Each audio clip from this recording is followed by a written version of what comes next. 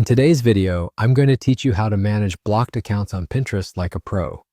Now, whether you're a newbie on the platform or a seasoned pinner, understanding how to manage your blocks is essential for keeping your feed and interactions just how you want them.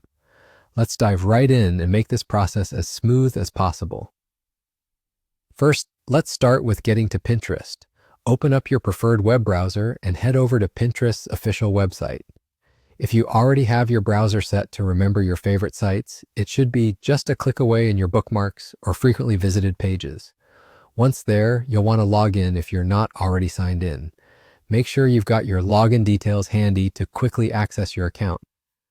Now that you're logged in, we need to navigate to your profile. At the top right corner of your screen, you'll find your profile picture. Go ahead and click on it.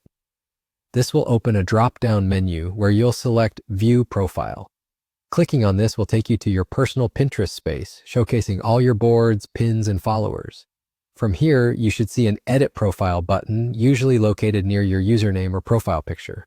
Click on it, and this will bring you to a new page that enables you to manage various aspects of your profile, including your bio, profile photo, and more.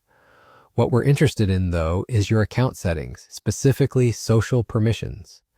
In the Settings menu, look for a section labeled Social Permissions. This page allows you to manage your interactions with other Pinterest users.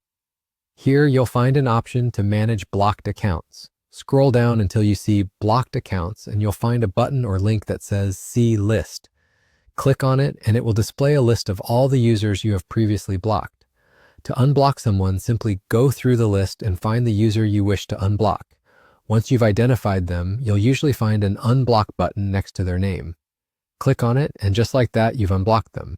This action is instant, but remember, if you unblock someone, they will potentially be able to interact with your pins and boards again, so make sure this is what you want before confirming. And there you have it, we're done. This process might seem like a few steps, but with practice, it becomes second nature. Always remember, managing your social interactions can significantly improve your Pinterest experience. Hopefully, you found this guide helpful. If you did, consider sharing it with someone who might need the same assistance. Thank you for tuning in, and happy pinning.